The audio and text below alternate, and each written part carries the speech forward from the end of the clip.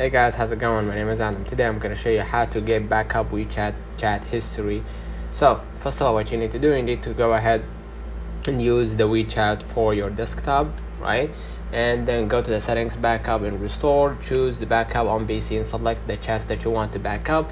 Or you could transfer to another phone. On your old phone, go to me, settings, and then chats, and then backup and migrate chats, and then migrate chats to another device. Follow the on-screen instructions to basically, let me cancel this one, to transfer the chat history to your new phone via QR code. This ensures your chat history is safely backed up or transferred. So let me know in the comments if this video helped you. Don't forget to like and subscribe, turn on the notification bell to receive every video we upload. Thank you for watching. We will definitely see you in the next one.